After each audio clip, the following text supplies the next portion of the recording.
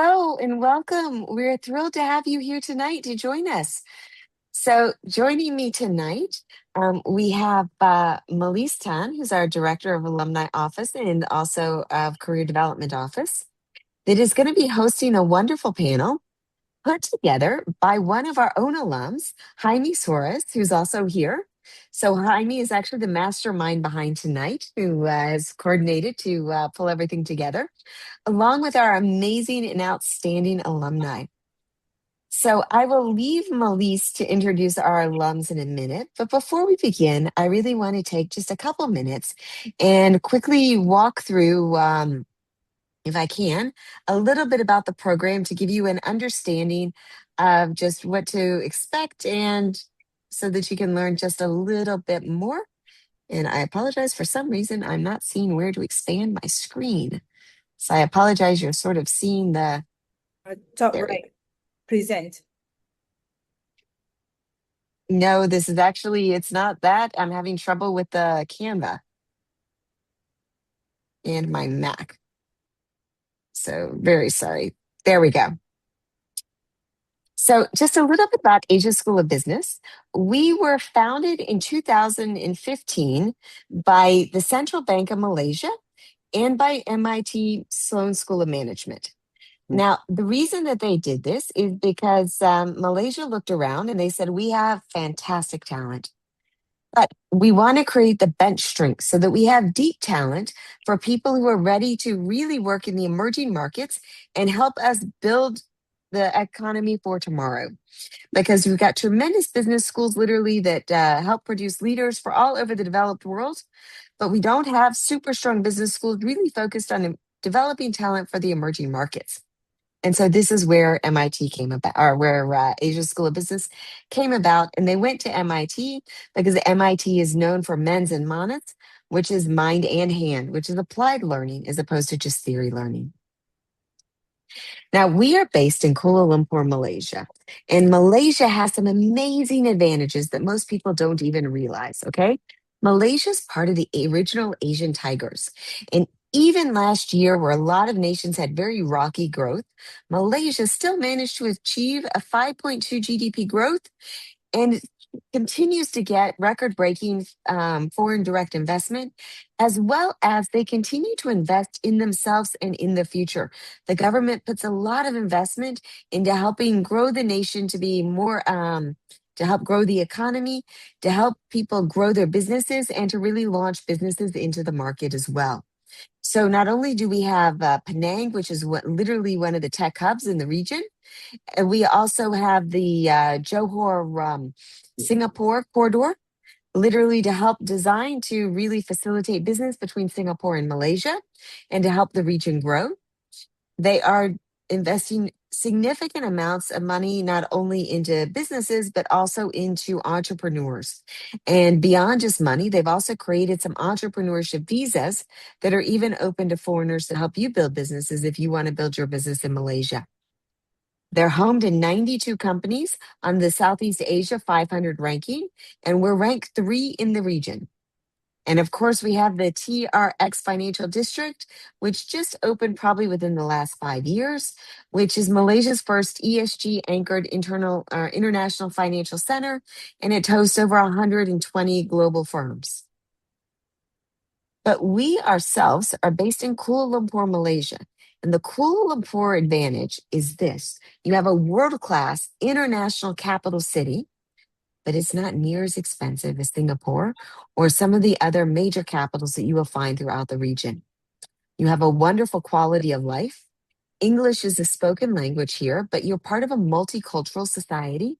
So you can walk down the street, you can hear Malay, you can hear Chinese, you can hear Tagu Indian, you can hear all different dialects from people from all over the world. And not only that, you can also get amazing food from all over the world. And so you have the advantages of a world-class global city, but you also have the cost advantages of a city that is not one of the most expensive. In fact, it's one of the most affordable within the region.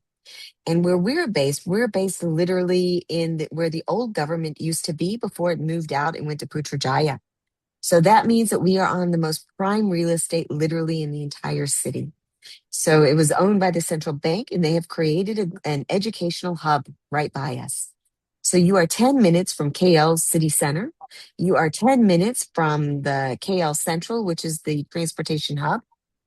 So it's easy access. They have a beautiful train system that goes everywhere within the city as well as everywhere within the country.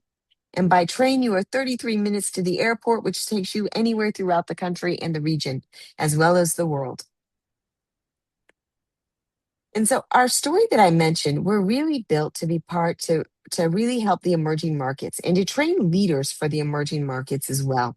So whether you wish to do business in Asia, whether you wish to do business in your home country, but also leveraging the Asia skills, so connecting Asia to a different region, or whether you wish to go to any other region in the world, these skills carry everywhere. And the reason I like to highlight our dean is because every school has a dean that has impeccable credentials, especially academic credentials. Our dean is no different. He also has the same. But our dean's also spent time working in the business world. While he was working at Credit Suisse, he managed over 67 billion in assets. So not only does our dean know the business of education, he also knows the business of business. And that's wonderful if you want to go knock on the door. And our programs, literally, we're here to focus tonight on our MBA program.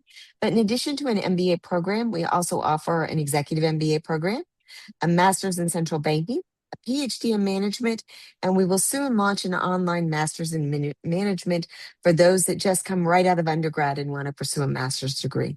And all of this is based on a foundation of research. Our faculty research from all over the world. So not only do you learn classical business skills, but you also learn the cutting edge research that's happening. And we have an ASB Hive to also plug into this infrastructure to really help you launch your ideas that you have into businesses and beyond. This is just an overview of our MBA. Our full-time MBA that we're focusing on today is a 3-semester, 1-year intensive program. Now, when you do the program, you cannot be employed because you are busy literally from 9 a.m. to 5 p.m., Monday through Thursday. And we hope that in your afternoons, when you get through with your review sessions or get through with your team meetings, that you take time on your Fridays to go to a CDO workshop, or you take time to go have a coffee chat and meet employers and just learn from people, meet your alumni in addition to the ones that you're meeting tonight. Because of this, the program is really designed, it can help you with career change. Whether you want to grow in your career, whether you want to change function areas within your same area of expertise, or whether you want to change industries altogether. You do projects through action learning, which I'm sure our alums will discuss with you today, but the action learning projects where you actually go and do a project in the company. This is actually what helps set you apart, where you apply your skills and also get the skills that you need when you go job hunting as well. You have the option to do global industry experience where you can go literally learn how to do business in a different part of the world. You get to spend 3 weeks at MIT, which is a highlight. And regardless of whether you choose to do an MBA full time or you choose to do the part time executive MBA, at the end of the day, you graduate with an MBA. So literally the same degree, but it's the format that you choose that makes the difference. Our faculty come from all over the world. In fact, over 80% of our faculty are international. So we have faculty from Malaysia, from Singapore, from Taiwan, from Japan, from South Korea, from India, as well as from LATAM. So we have Brazil represented, as well as the US represented, literally all over the globe. And this is great because they bring ideas and concepts to you and help you gain a truly global perspective in your education. And we also work with faculty from MIT. We always have some that come over each year that teach you. This is just a handful that came over in the past years. But we also take you to MIT where you get to work with several more in your MIT experience. But in addition to having core classes and also having elective classes, what really sets us apart is your student journey. So you start off by doing an integrated management lab where you learn how to solve a problem, but from the perspective of multiple different players. So not only the industry part that you're an expert in, say you're an expert in operations, but you also get to look at it from the lens of HR, from the lens of finance, from the lens of supply chain, from the lens of accounting and management. so that you can come up with a comprehensive problem and suggestions and present it. Then actually you present it to the head of sustainability of Giddy Tire, which the case is about. You get integrative leadership, and the Mindset Lab really is about helping you develop as a leader. You get the chance to work with executive coaches in addition to taking classes. You have the MIT experience that we mentioned, as well as the action learning. And at the very end of this, you have the opportunity to go on. And if you wish to pursue a second year, you can do a second year at MIT, Yale, or Cornell. So this is probably one of the highlights, the MIT immersion, where you spend 3 weeks. And I noticed that our students are smiling, which we love. And literally, you get to be a student while you're there. You take classes, but you're also able to engage, do stuff with the clubs there, and have the opportunity to meet Sloanies as well. The global industry experience, for the last couple of years, we've gone to the UAE, but this will be based 100% on your safety. We don't know where we're going yet. In fact, a committee is working on it. I think they're down to a top 4 selection, and we'll know something more by the end of May. And at the end of the day, when you graduate, you not only graduate with our degree, but you also graduate with an MIT program certificate. You're, of course, our alum, but you're also an affiliated alum of MIT, which means that Sloan recognizes you as one of theirs. You get an MIT alumni 14 email for life. Of course, you keep our email for life. And you get invited to, of course, all of our alum events, but also MIT alumni events as well. And you can join the MIT Club. We have a spectacular career development office that Melise will know all about as she leads it. But in addition to our students do quite well when they graduate. So out of last year's class, 90% found jobs within 90 days of graduation. The others were all entertaining offers and trying to figure out what was right for them so that they could close their jobs. We also have students that go on to start their own businesses, as well as continue on to do additional education. So, literally, whatever you want, the sky is yours. You just have to seize it. And how this is done is our career development officer really works with you and holds your hand throughout the whole process. So, they have workshops to help you perfect your art of interviewing, of cover letters, of really being prepared. They take you to different companies so that you can meet business leaders. In fact, I think this year, Melissa, you've taken them to over 20 companies, as well as they help open doors for you. If there's companies you want into, and we've got the network, we help open the doors for you to get there. They will coach you through interviews. They will coach you and debrief you afterwards. They will coach you on the job negotiation on how to get the highest salaries. So they really hold your hand the entire way. But above all, they teach you the skill of finding a job so that you never have to worry again. You know how to find a job for the rest of your career and grow your career. These are the post-MBA pathways that we just mentioned. You have the option of taking these once you graduate. You need the MBA to be able to continue on. They are STEM degrees based in the US. And so our students that really want to go on and work on the US are really the ones that end up pursuing this. It's about 90% that are satisfied with our degree. An additional 10% throughout maybe their time as an alum will eventually might consider going back. And the admissions process we will discuss at the very end, but the real reason you are here today is to hear from and meet our alums. So with this, I would like to hand this over to Melise. Thank you so much for your time. Thanks, Jules. Thank you so much. That was fantastic. I don't have to do much of an introduction to myself, but just very quickly, as Juliana mentioned, my name is Melise. I oversee both our alumni office as well as our career development office. And just touching on the career development aspect, that's a really big reason why individuals such as our alumni have chosen to invest in an MBA, as it's a really big asset to helping you navigate and grow and lead into the career that you're looking for post-MBA. So if any of you have questions that specifically regarded the career development office or related to careers, feel free to reach out to me separately after tonight's session, and happy to have some one-on-one time with you. But for tonight, I'm be focusing on putting on my alumni office hat. And really tonight is going to be about hearing from our amazing alumni on tonight's panel. And it's really great to see that we have representation from different cohorts. And it's really going to be an exciting time to hear really about the journeys that they've had and the experiences they have. And really, you won't get an opportunity to read this online. And it's great that we have our alumni here joining and sharing their journeys with you. So, without further ado, I would love to introduce who we have joining us.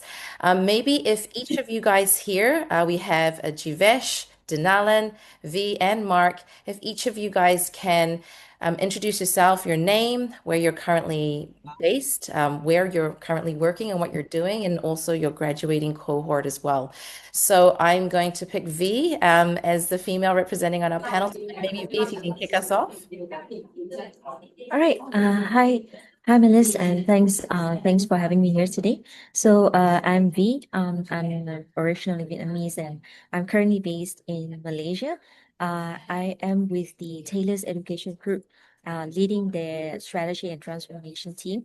I graduated from class of 2021, the full year program, which used to be 20 months, which is now, I think, 12 months.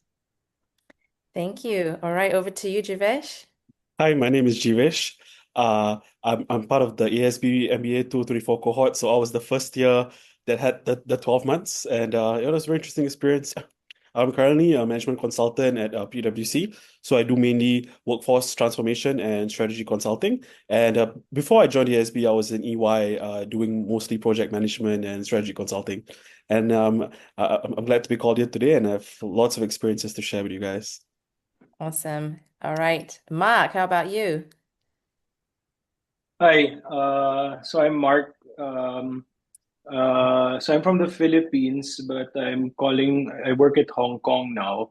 So I'm with BPI Wealth Hong Kong. That's a private bank with an offshore investing hub here.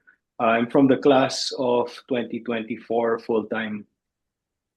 Thank you. And last but not least, Dinalan. Hi, everyone. My name is Dinaldin. I am currently based in Kuala Lumpur. I am from the graduating class of 2025, MBA 2025, and I'm currently a consultant at Monitor Deloitte. Fantastic. Thank you so much. And I forgot to mention earlier, what I'm going to do is at the end of the session tonight, I'm going to leave about 10 minutes of time for the audience here. So if you guys have any questions for our alumni, feel free to turn on your cameras and turn on your mics and ask away. Okay, so to get things really into the meat of things, I want us to walk down memory lane a little bit. And I'm going to ask all of you guys, if you're looking back now, what part of the MBA experience ended up being far more valuable than you initially experienced? And since Denalan, you ended last, I'm going to ask you to start first this time. Sure. Happy to help. Happy to share my experience. I think for me, coming into the MBA, I honestly thought the academic portion would be the biggest value driver. But it turns out learning from my peers and just being exposed to professors from different backgrounds and classmates also who come from different industries and different experiences was the biggest value driver. I think because for me, I before my MBA, I came specifically from a supply chain and procurement background. And so I was really focused on that areas. And being part of the MBA class with a diverse set of students, I was able to learn from other people's perspective, understand how they think about different problems from different lenses, like leadership, finance, management, economics. And that really helped broaden my perspective. And I think that's the biggest value driver I felt from my experience. Awesome. Thanks, Denalan. How about V? Over to you. Yeah, for me, I actually resonate a lot with what you and also Junes mentioned earlier about career services. Because for me, the biggest value driver was actually the very curated and personalized career services that we had. I think that's also thanks to us, our school being a very new school, and also the cohort is relatively small. Everyone was like having very like special, like attention when it comes to our career services. And basically, when we talk to the coaches or when we talk to the CDO career services office, almost every personnel in the office know what are the, like the pathways that we are aiming to get to. And that's something I believe you don't really get when you go to a bigger school or a bigger cohort. And that really helped me a lot. As I recall my time when I was doing the interviews for McKinsey, and I had multiple sources of like coaches who helped me with the personal experience preparation. And then I have our previous career office manager at that time who used to be in McKinsey as well, and she gave me a lot of advices. So I think these things really helped me a lot throughout my whole career search. Fantastic. Thank you. Thank you for tooting my horn for us. All right, Jivesh, how about you?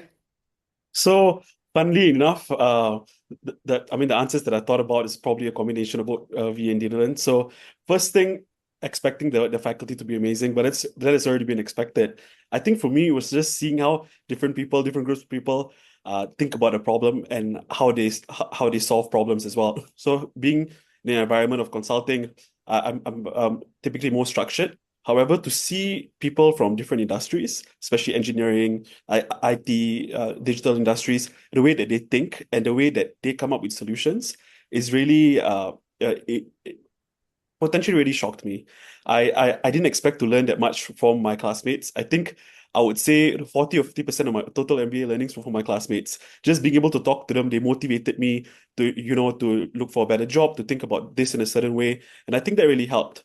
Second, I think to V's point, I think a lot of the services were already catered to us.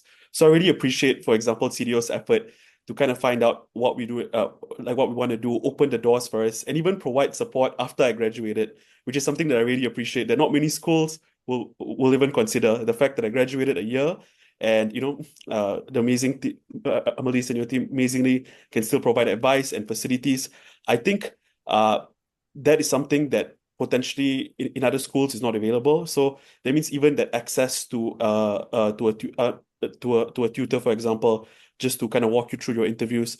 If that service is available post graduation, I think those are one of the great things that ASB has that I don't think any other school that I've heard of has. Oh, thank you, guys.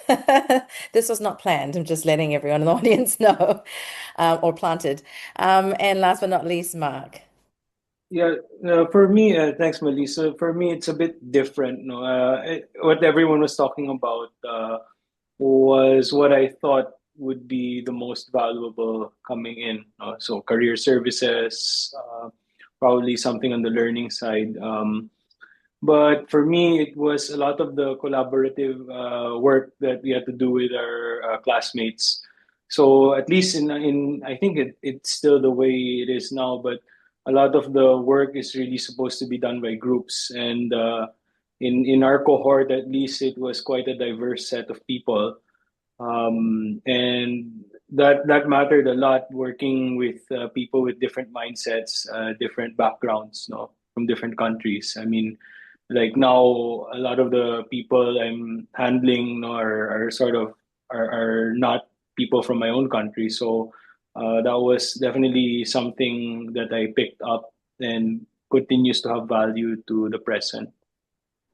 Thanks, Mark. Thanks for sharing, guys. I mean, I'm hearing words like collaboration, learning from peers, exposure and exposure outside of the classroom, the curated career support. Thank you, guys. It's definitely something that we strive towards, and I can dig into that a little bit later on. But, a lot of these things are beyond the degree. And I think that's one of the beauties of the ASB MBA experience is that there's so much more beyond what you're learning in the classroom and beyond the degree. But a lot of the connections that you're making and the relationships and the learning in so many different facets. So that's really really, really cool to hear that you guys were able to take that away from your experience. Okay, so you guys gave an in-depth reflection and sharing. Now we're going to take it all the way to the other spectrum, and I'm going to challenge you guys to see if you can describe your MBA experience in one word. What is that? What is that reflection for you? So maybe we'll kick it off with Denalyn. Sure. It's going to sound very cringe when I say this, but I think the one word I would describe it as transformational. because the MBA really gave me space to really think about a lot of different topics that were important to me, and especially because it was full time, so I wasn't burdened with work commitments as well, and it really helped me think deeply about my long-term direction and what kind of impact I wanted to create. So by the end of journey, I really felt like a different version of myself, someone who's more confident and more intentional about my career. And so one word would be transformational. All right, great. Thank you. How about you? We'll go back to Mark. I guess the word I'd use is it's fun. I had a really fun time during the MBA. It was fun because you're not burdened with work obligations. But at the same time, you're striving towards something. We were all striving towards something. And that in itself also made it fun, so and being together with a lot of people striving towards these common goals of like really growing as a professional. Oh, fantastic. I mean, it's important to have fun during your MBA here. And I'm sure there's so many stories that you probably can't share here. We'll hear it another time. All right, how about you, V? So for me, I think the word that I would describe my MBA would be life-changing, quite similar to what Dylan had shared earlier. I think like coming from a very niche background, I used to be in the oil and gas industry as a field engineer. I only knew about oil and gas. It was like I was in my own bubble. So when I came to MBA, I got to learn about so many new things, meet people from so many different industries, and I found out that actually there's so much more out there that I didn't know. Like I thought I knew a lot, but actually I didn't know much. And then of course without the MBA that I was having, I wouldn't be I wouldn't even know what is consulting. I wouldn't even go into consulting and be where I am today. So I think it was really life-changing for me. Oh, fantastic. And Jivesh, what's your power word? My power word would probably be expanded because I think the MBA genuinely changed how I think and what I was comfortable doing. I think previously being an accountant, I hadn't learned many things that I wished I did throughout my career. And I think with the MBA, just like dabbling into subjects like data modeling, people analytics, organizational behavior, that kind of shaped the career that I have now. Because these were things that I barely knew anything of. And I think learning from the MBA, I was able to apply it in my job. And I think it definitely expanded areas that I was not comfortable doing. For example, coding. I never code in my life. And I think having fun doing it in ASB, I think that was probably one of the most memorable moments, just learning from my classmates, learning from my professors. So it definitely expanded the way that I thought. And I think I can never take that for granted. I feel like I've learned a lot. Fantastic. Thank you for sharing. I mean, it's certainly, even over the last few years that I've worked with several cohorts, I've certainly seen that transformation, the life-changing moments with our students during their 12 months here. They've definitely expanded their knowledge and their scope and their ability to apply themselves before and compared after in comparison to before the MBA. And I've definitely seen some fun moments in between, which is important to have. And really, when I meet our students on the very first day in orientation week, and Denal, and I think you can attest to that all the way to the end. They're never really the same person, but in the best of ways. And so really that version 2.0 that a lot of our students see themselves as they step out and step into becoming an alumni. All right, so what I'm going to do is I would like to deep dive a little bit and ask each of you some questions that's maybe specific to your own experiences. And I'd like to kick things off with V. Given you are non-Malaysian in this group, and perhaps for those students or prospective students in this audience who perhaps aren't from Malaysia, who may be considering regional career mobility, I'd like to learn from you. What was your experience transitioning from Vietnam to Malaysia? I know you've sort of been in Malaysia for quite some time as well. But how did your MBA help you navigate both the professional and personal aspects of building a career in a new country?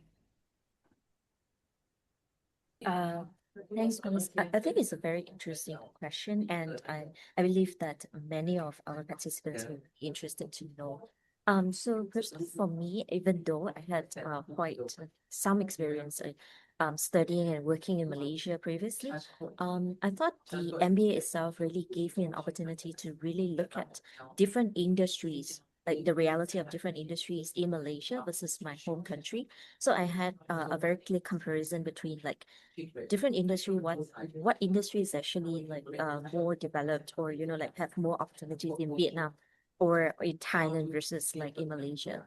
And then like these opportunities were basically through the projects that we do, and through the like through the engagement that we have with different industries, different companies. And then the second thing was also the differences in working culture.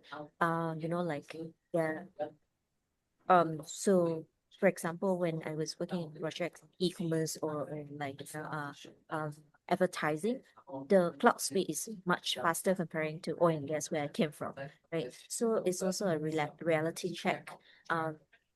And also the culture between like Malaysia and Vietnam. So a lot more things that I managed to learn during that those 20 months.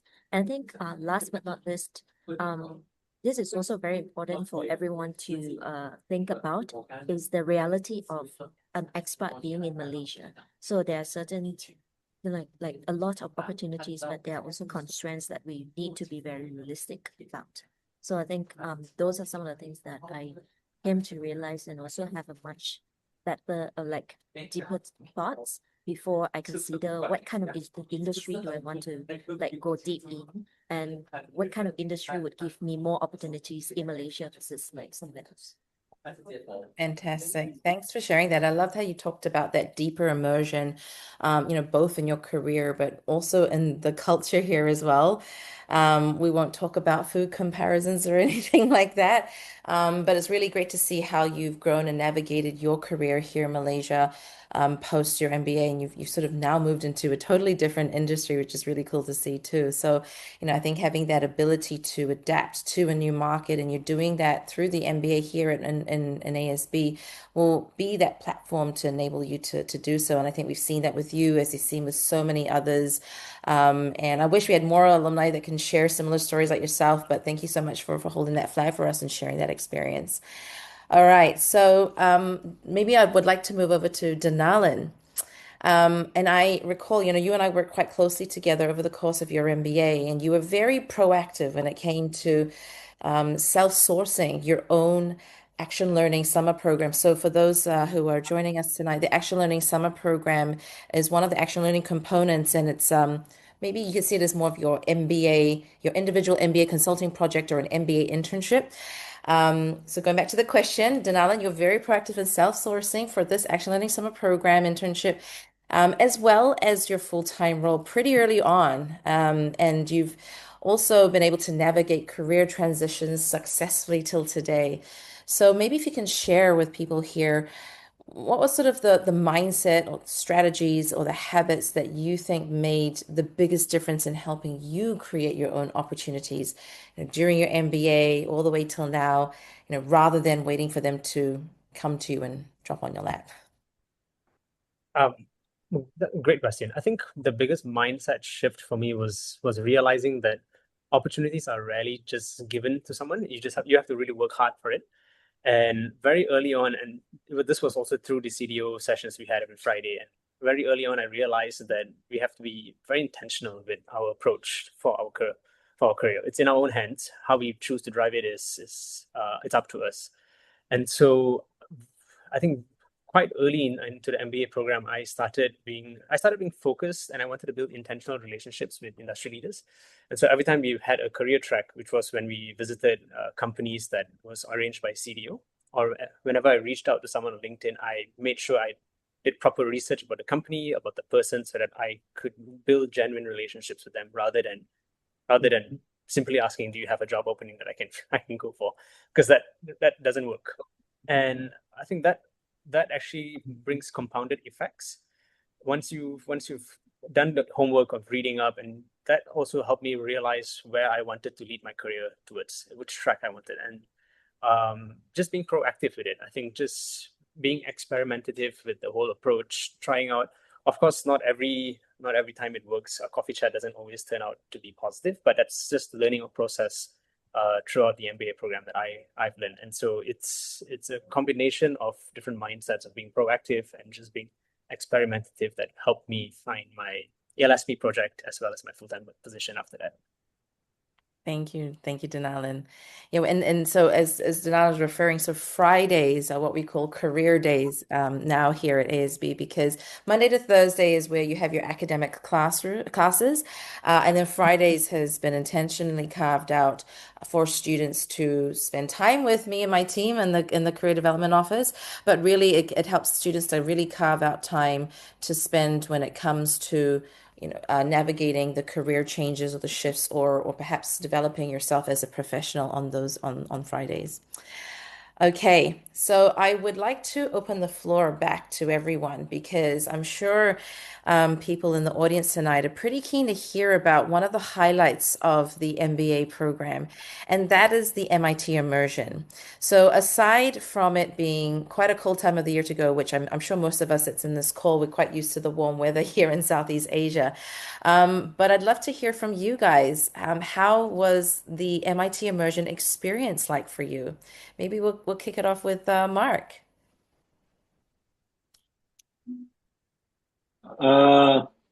Yeah, I mean, firstly, I think I don't know about the other parts of the year, but then when you're in Boston in the late spring, around May when we went, I don't know if that's still the schedule now, Malis, but during the time, that's like the best place in the world to be, because you have long days, and then you have skies with no clouds, and cool weather.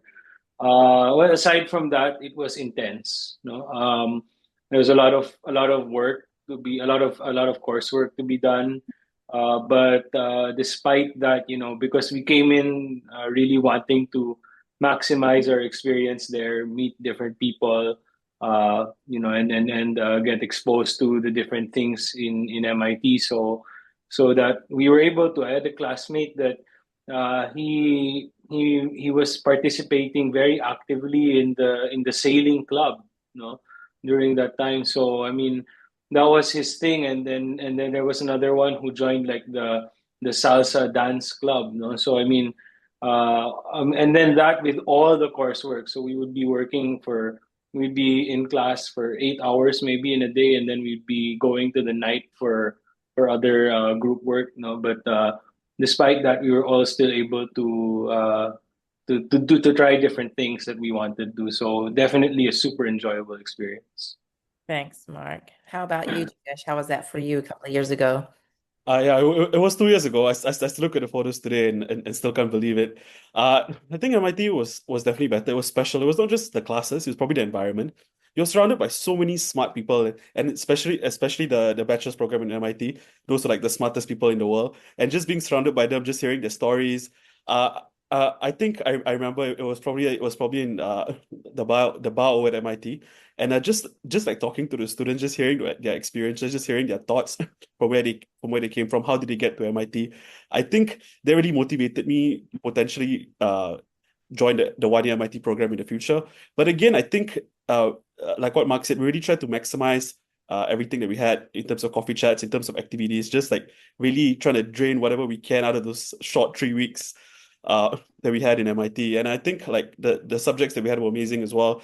The aura in the class, the professors, it was definitely different being in MIT in itself. Classes like negotiation by Jared. I still hold some of the lessons today, and I still use it. So that, and 2 years later, so that tells you how impactful MIT really was, along with the rest of the ASB program. Yep. All right. Thanks, Javesh. How about you, V? How was it like for you? So my experience would be quite different from the rest, because so I wouldn't I'm actually not sure if it is like unlucky or lucky. So the unlucky part was that my MIT supposed to be MIT program was actually during COVID, so we couldn't go to MIT during that time. All of our classes were actually online, so we were having classes from like 8 p.m. until almost like midnight. So that was kind of like the unlucky part, because we didn't really get to go. However, the lucky part was that we get like a golden ticket to go to MIT within 3 years of our graduation. graduation. And somehow it became my class like mini reunion, like 3 years later. So majority of my class actually went to MIT in 2023. Yeah, I just look at the photos today as well, and it was like three years ago. And somehow it was lucky for us because we had a chance to actually attend the classes for the second time. And then because we don't have any, like pressure on the exams or exercises, so we actually had a much more fun time to go around the campus, experience different kind of like competitions, events, and then we went to Harvard. We went to Boston. We basically had a very good time, and it was like a really nice time to reconnect with all the classmates as well. And yeah, just one of the things that was really interesting that I had a chance to also participate was the to watch the MIT 100K entrepreneurship competition that they organize every year, and that just show like how much they are into innovation, into like engineering and all the new technology, and it was so inspiring to see all of these things just within the 3 weeks. Awesome. Thanks, V. I mean, I like that you looked at it the glass half full, but I certainly think it was lucky and you had that opportunity to learn and relearn again, and that sounded really great that you had opportunities to have some fun in between as well. And then you've been probably the most recent of everyone here, Denal, and you went over there last year. So how was that experience like for you? Well, I loved my experience. Like everyone, I got my Google Photos alert. It was this time last year. I really enjoyed my time at MIT. I think I resonated with everything that Jivesh, V, and Mark mentioned. Was intellectually energizing. Just being on campus, being surrounded by MIT students and the professors as well. And yeah, I mean, it is intense because we do have a lot of learnings to cover over 3 weeks. But I mean, if, my classmates and we managed to pull through our assignments and then spend time actually going through and going around the campus, being part of the societies there. So the good thing is they do let you join societies and activities as well on campus with the MIT students. So that in itself is like a networking and mixing session with the people over there, and just being surrounded by really brilliant minds and learning from them on how they approach topics, how they approach conversations as well, is something that was really, really a good experience for me. And yeah, I actually completely agree with what everything was shared. I think it was a great experience. Anyone who has the opportunity should definitely do it. Thank you. And I think you guys in combination have only really scratched the surface of sharing your experience. And, for those in the audience, you're just going to have to join the MBA and experience it for yourself and in your own way. And I think it's one of the beauty of the relationship that we have with MIT, that you have this unique experience, that you get to go to MIT for 3 weeks for classes. And I think for quite a few of the students, you guys might extend your time while you're in the US. We strategically plan the MIT immersion so that's near like a Malaysian public holiday time, so you can have some extra days in the US as well. Okay, so I want to get back to some personal questions. Maybe if we could turn to Mark. And I just want to share for everyone here, Mark has the most amazing voice. Fun fact. I remember Mark. Unfortunately, maybe we don't have time for you to sing, but Mark can sing opera. I was blown away at the graduation dinner that he has this hidden amazing talent on top of his amazing career so far. So if all else fails, we know that you could be an opera singer as a side hustle as well. But on that note, if your pre-MBA self could see where you are today, you were from Philippines to Malaysia, you went back home to Manila, and now you're in Hong Kong. What do you think would surprise you the most?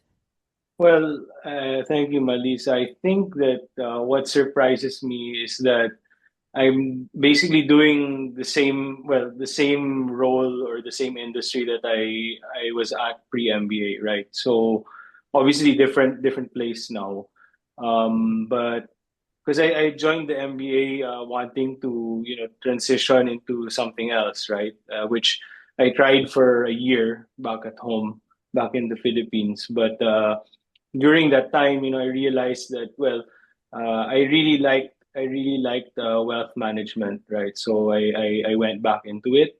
But I think that at the same time, I'm able to, well, with a lot of skills that I picked up during my time there, during my time at ASB. So both in class and as well in the internship, no, I'm able to do things more efficiently or in a more scalable way, right? So I'm able to identify, for example, clients that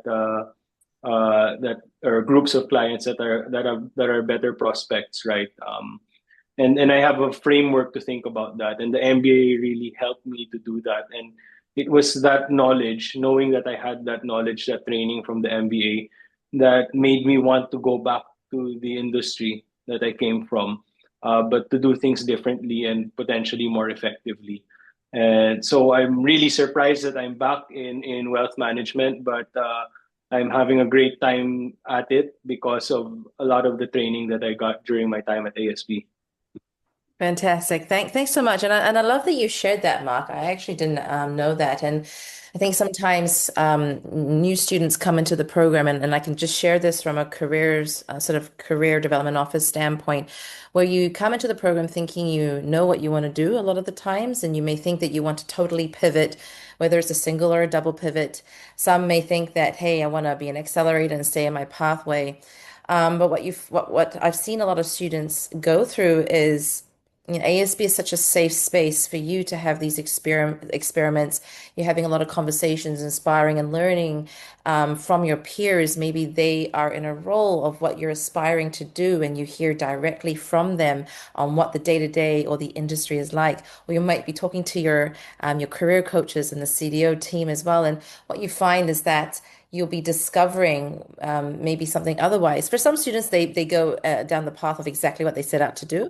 But for some, you know, maybe it's pivoting something different. But for some, and like in Mark's case, it's really cool to see that you realize that, hey, I'm actually fantastic at this, and there's so much opportunity for me to grow and accelerate in this particular career pathway. And look where it's taken you to out in Hong Kong, which is one of the key financial centers here in Asia. So that's really cool to see. Thank you for sharing that. And last personal question I'd like to ask is to Jivesh. So looking back, were there specific experiences during the MBA, whether it was action learning, maybe it was classroom discussions with your group, maybe working within different teams during your time here, that fundamentally changed how you're approaching work, leadership, or maybe how you're making decisions today in PwC? Yeah, so I think for me, that was definitely the case. And I think one of the biggest changes for me was looking at problems through multiple lenses. So before the MBA, I feel like I didn't have a strategic mind. Whenever I used to do like engagements, the concept of frameworks never really applied to me. It was more like there was a problem, let's just suggest a solution. But I think after the MBA, I think especially from Professor Emilio's classes specifically when he talked about the lenses, and I still remember this today, where there's like a strategic lens, there's a political lens, and there's a cultural lens. And I think looking into these key areas has definitely helped me in my job. Let me just give you an example. Let's just say a client's having cost issues, right? And their first course of action is to perhaps lay off some people. And I think previously I could only probably look at it from a financial point of view, like, okay, you need to cut costs in some ways or another. But having the people and cultural view, now you start thinking about, okay, can I reskill some people? Can I repurpose some people? And then you have better integration with the clients. You're not just creating something that's like high level, full of frameworks, fancy. But then when you show it to the client's like, oh, I can't really apply this. I don't know what this is about. Having that people and that cultural lens really helps to also jive with the client to really explain how the solutions work. And at the end of the day, I think that method really helped me in my consulting journey. I see my clients more like in tune with whatever I'm talking about. And I think just my articulation of things, just to kind of make things simple in my head so I can explain to people, all of that. I mean, MBA really helped all of that, and I'm glad that I did my MBA in ASB. Thank you for sharing that. That's so cool to see, you know, Yeah. how you've grown as a professional, but as a leader. And I'm sure a lot of your peers around you can learn that skill from you as well. Okay, so I would probably have one or maybe two final questions, but I want to open up the floor, and any one of you guys can feel free to share first. But I'd like to ask you, what advice would you give for those in the audience who are considering doing their MBA at ASB? Does anyone want to go first? I think Denalin, I don't know if you're mute or on mute. I think the other wants to go first. I was thinking of my answer. I would say if you're someone who is at a point of your career where you want to, right? Definitely, if you want to pivot or if you want to accelerate your career, then do the MBA, because I think the opportunities that is available at the MBA program is limitless.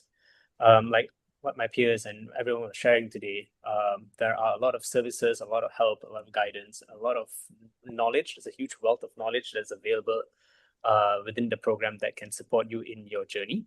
And so if you're someone who wants to accelerate or just wants to know how to navigate your career in a forward thinking direction, then I would advise you to consider the MBA program, especially at ASB, because it's not like a traditional academic program. You don't go to classes, you study for an exam, pass your paper, and get a certificate. There's a lot of hands-on learning that allows you to apply as you learn, and it's one of the best business schools out there. Thanks, Denalin. I do have a follow-up question for you off the back of that. I'd like to learn, or I'm sure we would like to learn, what point before doing your MBA, what was sort of that trigger for you that you made that decision to do your MBA, and what was your why to make that to take that leap? For me, my trigger point for doing the MBA was because I came from a consulting background, but I was very focused on supply chain and procurement.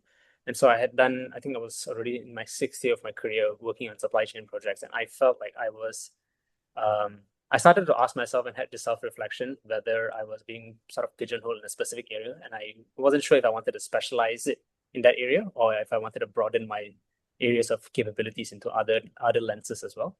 And so that prompted me to start exploring attending a business school. And I went for a career fair, a business school fair, and I came across ASB, spoke to the admissions team, and that was when I learned about the program itself. Now, I did explore other business schools. I'll be transparent. But what drew me to ASB was the fact that it was not, like I mentioned, it wasn't like a traditional business school where you study for an exam and you get a certificate. There was a lot of hands-on learning, which really fits my learning style. I'm someone who learns better with actually practicing what I learn. And so that was my why for MBA at ASB. Thanks, Denalin, for sharing that. Going back to my original question, anyone else would like to give advice to the audience who might be considering doing their MBA at ASB? Maybe we'd have one or two of you guys. I'm just bearing in mind time because I'd love to open the floor to our participants here in case they have any questions. Feel free to start populating the questions in the chat as well, and we'll definitely get to them too. Any other Malis, I'll say to the audience, to those called in, probably do a lot of research, right? Whether you end up at ASB or wherever, no? And try to envision yourself already like in the program. I think that's why the team organizes this kind of engagement where you're with the alumni and then we're telling you about the experience. So try to imagine yourself also and try to see whether that's something that interests you or that excites you also and that can bring a lot of potential for your professional growth. Thanks, Mark. And I think V, you might you Yeah. might have had something. Yeah, so I think like probably you guys have a lot of options out there that you're actually considering. But if you're looking for something like number one, Asia focused, number two, if your learning style is really like learning by doing, and then I think number three is if you're a bit more confident and also like like you're more familiar with a bit quant driven kind of learning, then ASB is really the place for you. Thanks, V. All right, and I'll give one final opportunity, Javesh, if you wanted to add any final words. Sure. I think for Malaysians, there's no other better school through your MBA. The rest of the MBA schools, I mean, I'm not to put them down or anything, but the action learning, the iterative CDO, like just the things that you learn and the variety of lecturers and subjects that you learn, I don't think anything comes close. I think perhaps in Singapore and maybe in the region, there's maybe two or three other schools that match in terms of capability, in terms of value for money, and to shorten it to 1 year, so you're not really out of the market for too long. I think these are all the elements that make a good business school. And I think in terms of infrastructure, I don't think even MIT Sloan could really compete. I think ASB's campus is just crazy. It's huge. It's been clear that a lot of money has been put into it and spent just to make ASB one of the better business schools in the world. So, if you're ever in doubt, just check out the campus, and I think that will reaffirm your decision on whether you should choose ASB as your school. Oh, thank you. Thanks, Jivesh.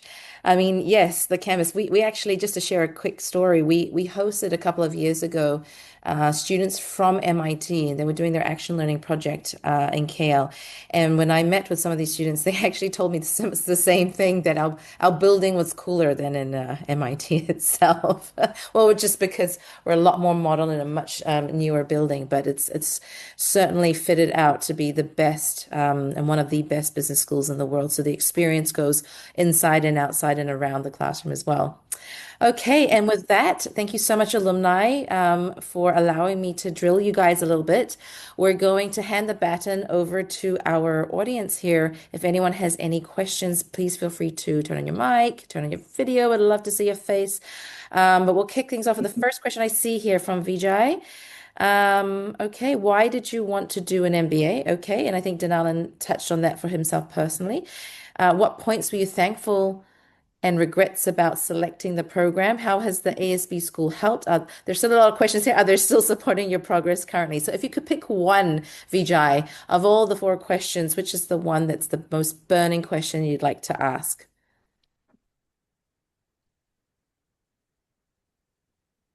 Hmm.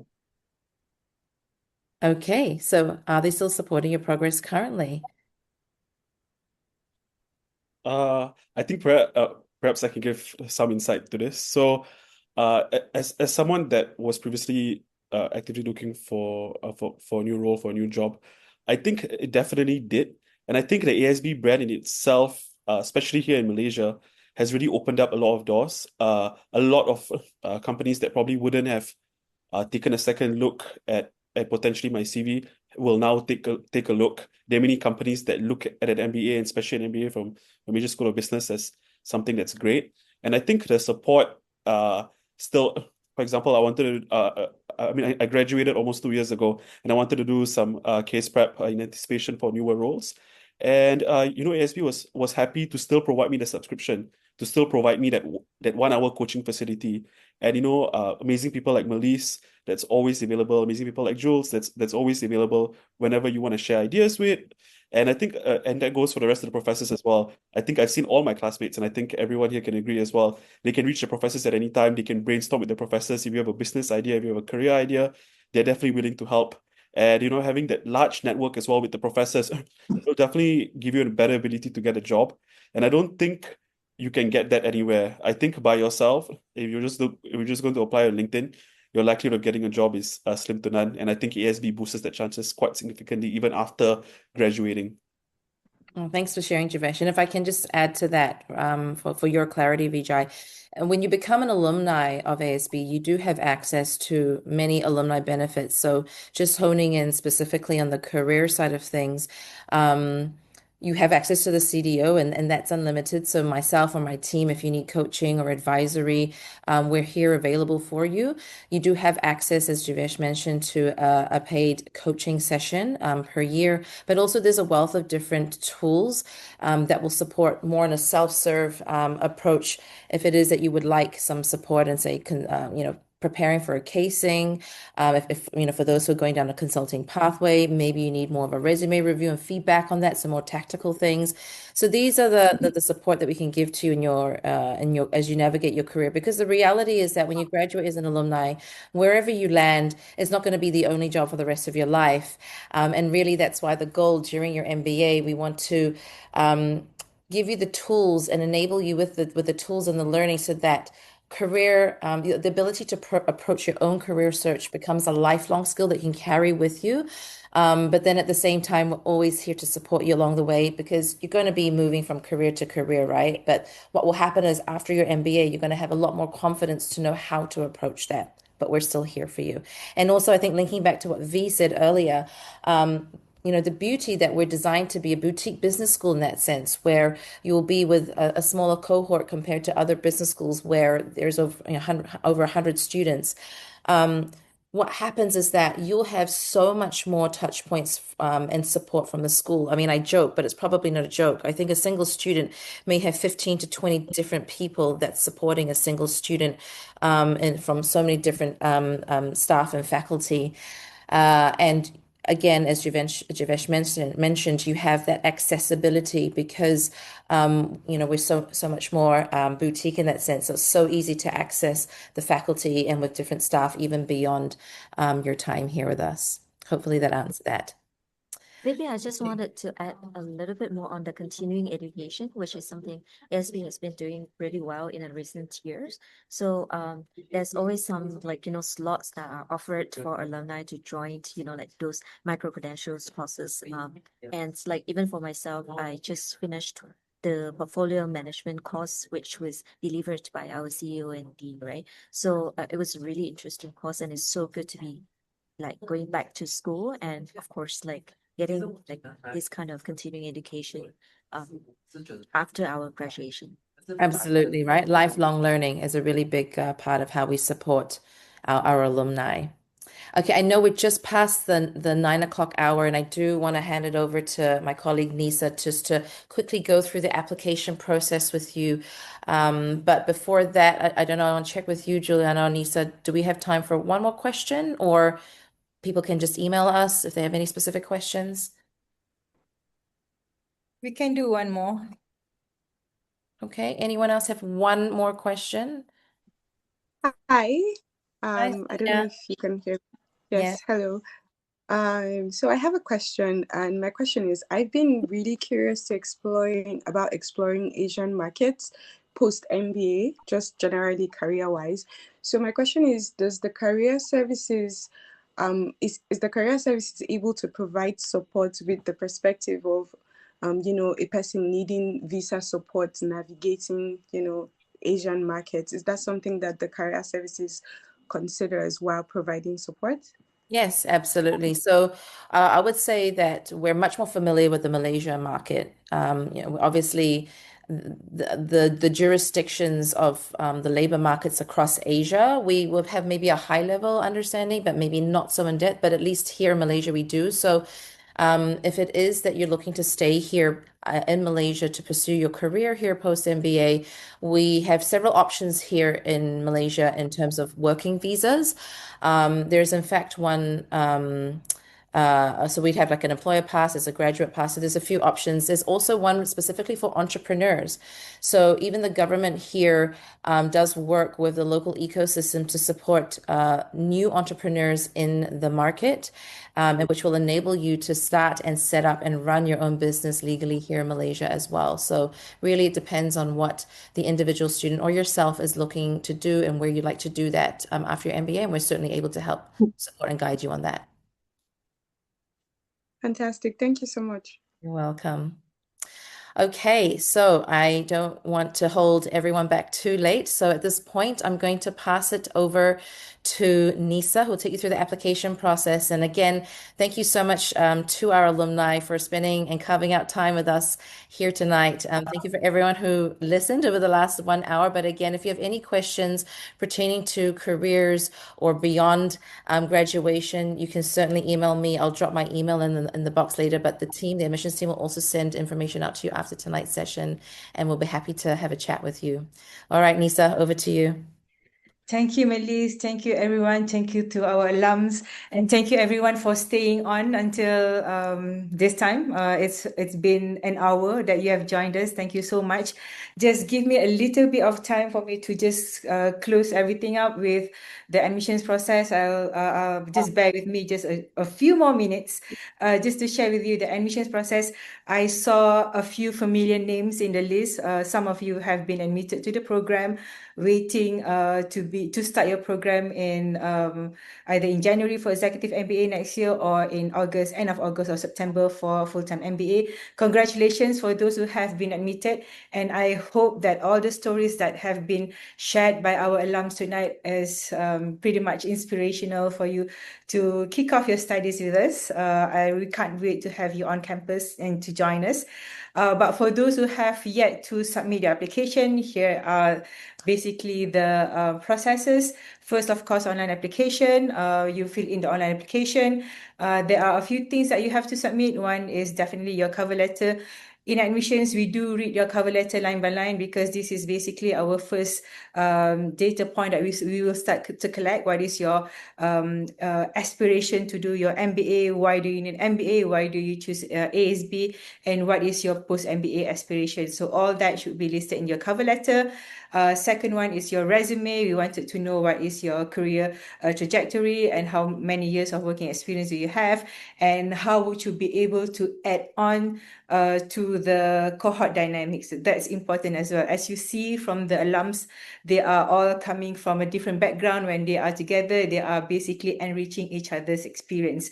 As what Jivesh mentioned earlier, 30-40% is basically you learning from your peers in the cohort. So that's what we aim as well, so that the people that we assemble in the cohort will basically be able to benefit each other. The third one is the most exciting thing is your 1-minute video.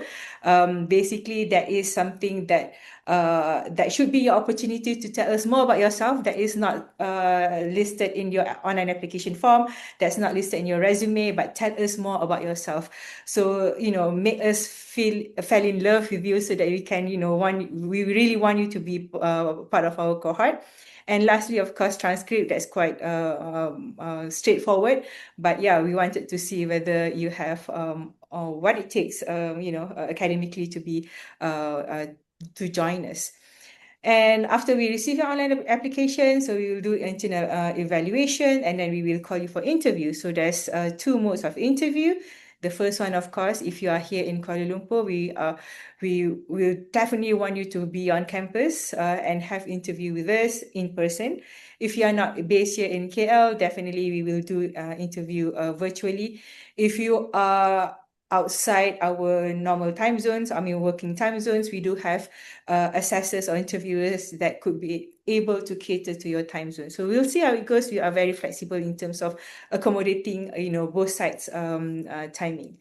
So in terms of criteria, it's quite straightforward. You must have a university degree or bachelor's degree, proof of English proficiency if you are not from the native English speaking country.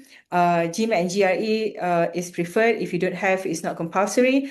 And for those who do not have a bachelor's degree, we do accept APEL. So I'll let you know what APEL is. APEL stands for Accreditation of Prior Experiential Learning. This is for those who have many years of working experience, but they don't have a formal bachelor's degree education. So again, this is something unique that is offered by Malaysian Qualification Agency, MQA, and it is open for local Malaysian and also international candidates as well. So when it comes to working experience, we require minimum 2 years of working experience for full-time MBA and minimum 8 years of working experience for executive MBA. Right, so I'll go very fast on APEL. I'm not sure there are anybody who's here who wants to go through applying for our MBA through APEL, but this is basically it, accreditation of prior experiential learning. This is for those who doesn't have a formal education or bachelor's degree certification, then you can basically apply to us through this route. It's not assessment that is provided by ASB, but it is by the recognized APEL center that is certified by MQA or Malaysian Qualification Agency. So if you wanted to go through that route, so my advice is reach out to us and then we will basically advise you accordingly. So that's it. Our next round of deadline is this coming May 28th. This is the last round for international students. If you would like to join us this year, then the final deadline is for Thursday, round 4, May 28th. In case if you require some flexibility, do reach out to us and then we can basically discuss accordingly. For Malaysian, the last round will be June 30th. The reason being because for international students, we have to apply for your student visa and we have to give a buffer for the Education Malaysia Global Services, that is the agent that is gonna process your visa application to process accordingly. That's it from us. We would love to keep in touch with you. You can schedule a call with us. And if you want to start application, here's the link. And follow our social medias here. But most importantly, these are the QR codes for you to get in touch with Jules via LinkedIn, WhatsApp with us. That's the middle QR code. And do join our WhatsApp community. And this is where you will be notified on the upcoming events, the latest news. And in case you haven't heard, the latest news is that we are now ranked in Financial Times. We are top 100 business schools in executive education. And we are the one and only business school in Malaysia to have been ranked in Financial Times. And we are so, so, so proud of that. And we look forward to have you join us. And basically, grow together. That's it. On behalf of everybody today, Melis, the alums, Jaime, Jules, we thank you for joining us tonight and we look forward to have more conversation with you. And have a good evening. I'll see you when I see you. Thank you so much. Bye.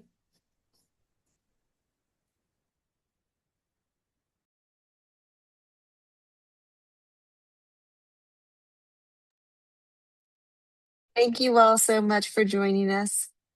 And to our alum, thank you so much for being here tonight. We really appreciate it. Thanks, Bye. Thanks, Melise, for leading this too. Thanks, everyone. Have a good evening. See you. Take care. Thank you. Bye-bye. Thank you.